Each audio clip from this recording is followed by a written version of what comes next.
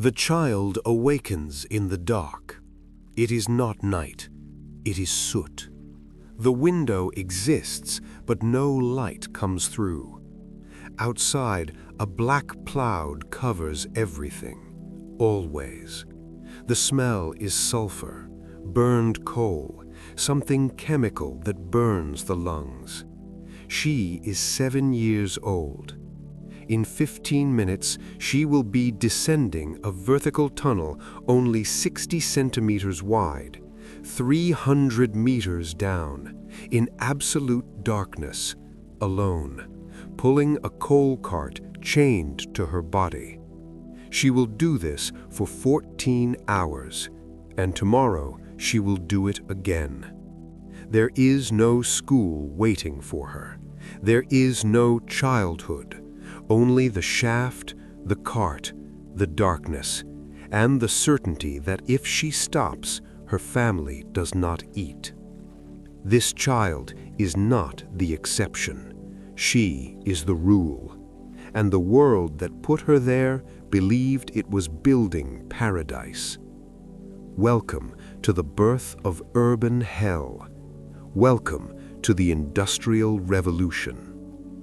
To understand the horror that is about to descend upon humanity, you first need to see the world before it, before the smokestacks, before the machines, before coal swallowed the sky. Imagine England in 1750. Green fields as far as the eye can see, small stone villages nestled among gentle hills, smoke rising from thatched chimneys, not black smoke, but thin smoke from wood, from homes. The rhythm of life is dictated by the sun. You wake with the light, work the land, rest when darkness falls.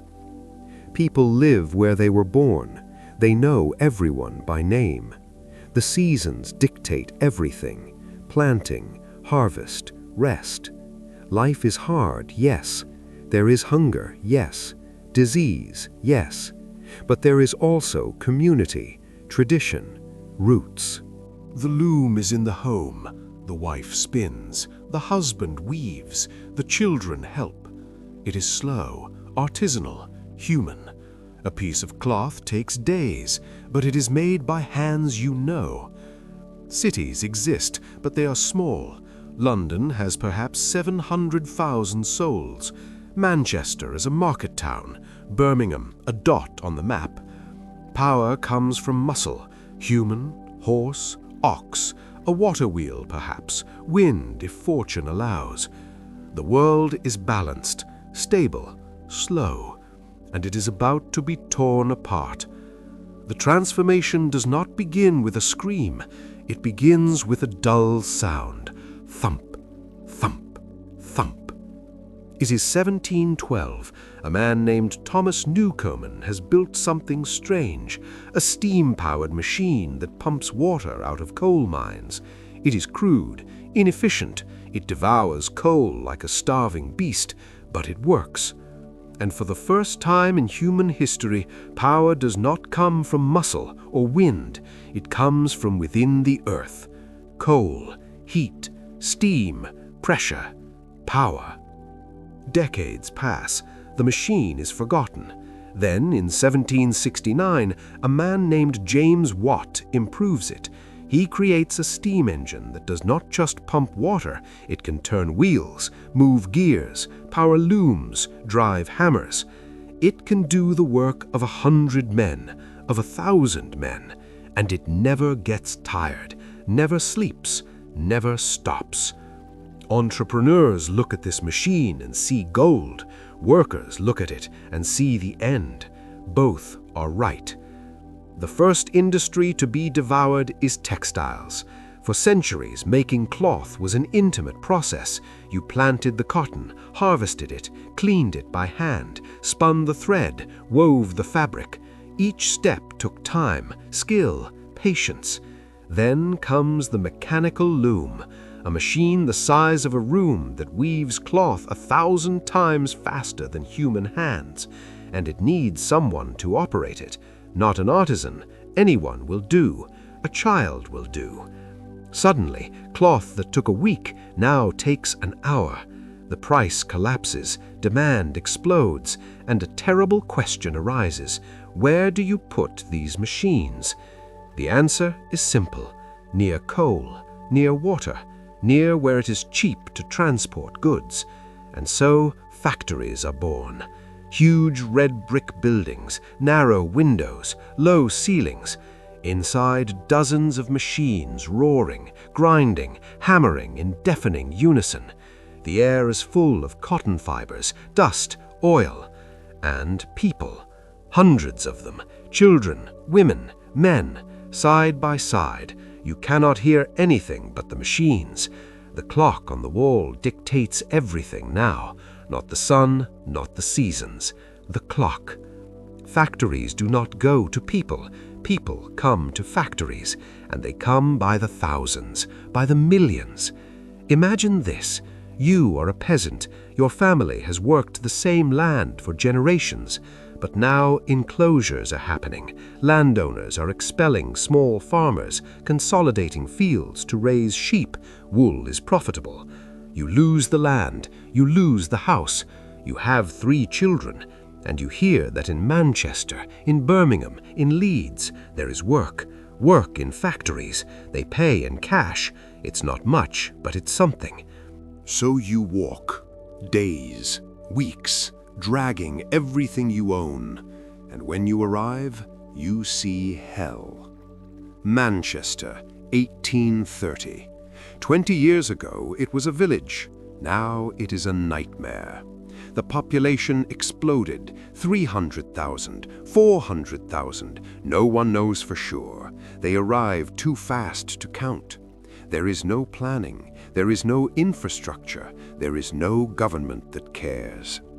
Factories need workers nearby, so building entrepreneurs put up houses, fast, cheap as possible. They call them back-to-back houses, houses pressed against each other, literally. No space between them, no ventilation, no windows at the back. An entire family, 6, 7, 8 people, lives in a single room, 3 meters by 3 meters, no running water, no sewage. The toilet? A shared cesspit at the end of the street, 50 families using the same one, overflowing, always. Water comes from public pumps, but these pumps are just meters from the cesspits. The water is contaminated with feces, with urine, with everything. You don't see it. You don't understand microbiology. You just drink, and you get sick. The streets are labyrinths of mud, garbage, and excrement. There is no trash collection. You throw it out the window. Stray pigs rummage through the remains. Rats, millions of them, slide through the shadows. The air is indescribable. Black smoke from hundreds of chimneys, coal burning 24 hours a day. The sky is not blue, it is gray, always. Soot falls like dirty snow, covering everything, clothes, skin, lungs. You cough. Everyone coughs, all the time, a deep, wet cough that never gets better. They call it black lung. You will die with it. But before you die, you work. The factory siren sounds at 5 in the morning. You get up in the dark. You eat if there is food, hard bread, watery oatmeal. You walk to the factory. You enter. The heat hits your face. It's not uncomfortable, it's suffocating. The machines generate heat, hundreds of them, no proper ventilation. You take your position, and you don't move until lunch. 6 hours standing beside a machine that roars, grinds, crushes. You feed the cotton, adjust the threads. If something goes wrong, if a thread breaks, you stick your hand inside while it is still running. There is no emergency button. There is no protection. If you're slow, you lose a finger. If you're really unlucky, you lose your hand. The floor is slippery with oil and blood. Noon. 30 minutes of rest. You eat bread, drink dirty water, Maybe sleep standing up, leaning against the wall. Then you go back, another 6 hours, until the bell rings again. But it's not over. Overtime. There is always overtime. It is not optional. If you refuse, you are fired.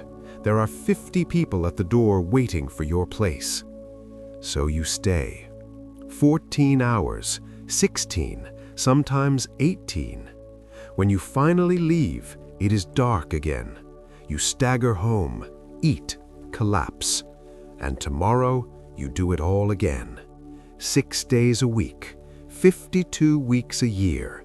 No vacation, no sick leave, no retirement. Just this until you break. And the children? Children are perfect for factories. Small, agile. They can crawl under moving machines to clean tangled fibers. They can slip their hands into spaces where adults don't fit. And they cost less, much less. So they work. 5 years old, 6, 7. In coal mines, there are jobs only children can do. Tunnels too narrow for adults, so they go down, with weak candles, alone, pulling coal wagons tied to their bodies with chains. 14 hours a day, in the dark. Some never see sunlight. They go down before dawn, come up after sunset. Their bodies deform, spines bent by posture, bowed legs, lungs filled with coal dust. Many die before 20. No one records it. No one cares. There are always more children. And then comes disease. Cholera. It arrives in 1831 from India, traveling on British merchant ships. It strikes industrial cities like a hammer. Cholera spreads through contaminated water, and in Manchester, Leeds, Birmingham, all the water is contaminated. You drink, you get sick, violent diarrhea, vomiting, dehydration. Your skin turns gray, your eyes sink. Within 24 hours, you can be dead. Entire families are wiped out in days, entire streets, entire neighborhoods. Doctors don't know what to do. They still believe in the miasma theory, that diseases come from bad air. So they try to improve the air, burn tar, incense. But the water remains poisoned, and people keep dying. The rich flee the cities, go to the countryside, lock the gates. The poor stay. They have no choice, and they die by the thousands. But none of this is an accident. It is the system working exactly as it was designed. The factory owners know the conditions. They see them. They smell them. They don't care. Profit, only profit matters. Pay better wages, reduces profit. Improve safety, reduces profit. Build decent housing, reduces profit. And there are always more desperate people coming from the countryside. You complain, you are replaced. You die, you are replaced. You are not human, you are fuel, like coal. And the government? It does nothing. On the contrary, it protects the factory owners, because the factory owners are the new powerful, the new kings. England is getting rich, incredibly rich. The empire is expanding. British textiles flood the world. And all of this is built on the labor of 7-year-old children breathing cotton dust, on women working until they collapse, on men coughing blood onto the factory floor. They call this progress. But something is changing. Slowly, painfully. There are people who see, who document, who refuse to look away. Friedrich Engels, a young German, son of a factory owner, he goes to Manchester, he sees everything, and he writes, "The condition of the working class in England."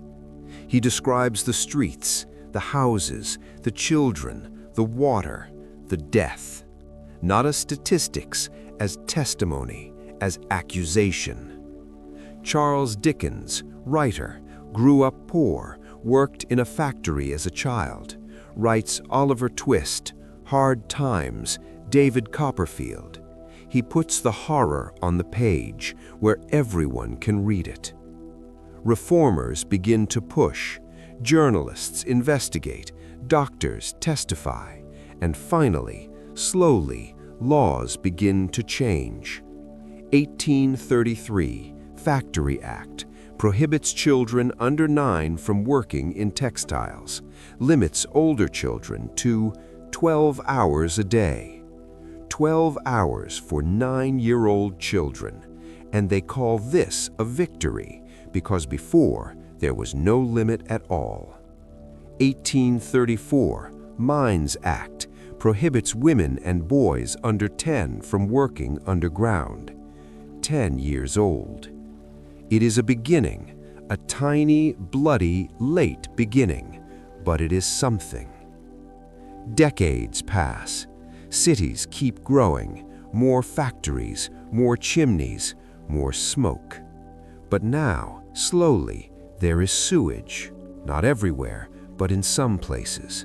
There is running water, not for everyone, but for some.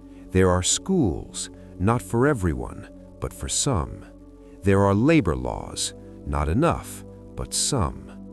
The working class begins to organize, unions, strikes, protests. They are beaten, arrested, killed, but they continue because they finally understand no one is going to save them. They have to save themselves. The Industrial Revolution was not an event.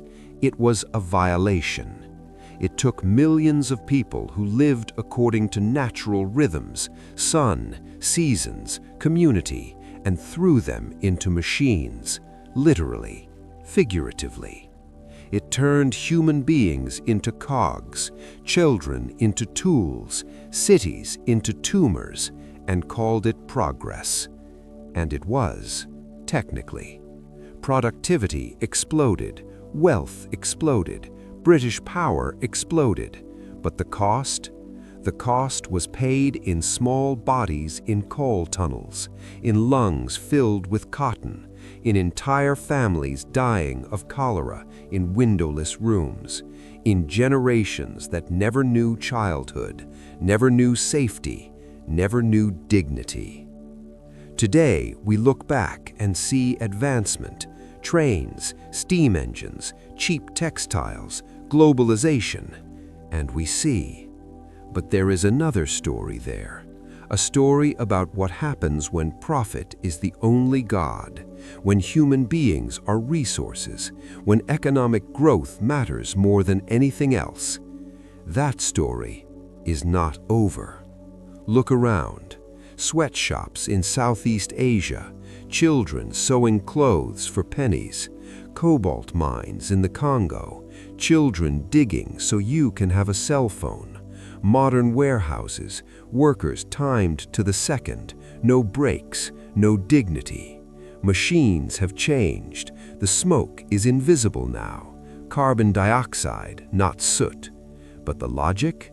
The logic is the same. The Industrial Revolution gave us the modern world. It gave us technology, medicine, communication, transportation. It gave us everything. But first, it showed us hell. And it forced us to decide, will we accept hell as the price of progress, or will we fight? It took 100 years, millions dead, generations destroyed, but finally, we fought. We won labor rights, safety, education, dignity. Not because the powerful showed mercy, but because the oppressed refused to break. The lesson? Progress is never automatic, never free, and never guaranteed. Every right you have, weekends, minimum wage, workplace safety, protected childhood, was won with blood. It was won by people who said, no, we will not accept this. We will not let our children die in mines. We will not work ourselves to death for scraps. We are not machines. We are human, and we deserve dignity. Urban hell was born 200 years ago. In part, it was defeated, but it never truly dies. It only changes shape, changes location, waits, waiting for us to forget, waiting for us to stop fighting. So do not forget, not the child descending into the pit, not the mother coughing up blood, not the streets covered in mud and disease, not the millions who died so that you could live better. Remember and fight, because hell is always waiting to return, unless we don't let it. Anyway, I am an observer, someone who digs through the past not out of nostalgia, but out of necessity. Because the past is not past. It is foundation. It is warning. It is mirror. And when we truly look at it, without filters, without romanticism, we see who we are and who we can become. So we continue, together, looking back to see ahead. See you in the next era.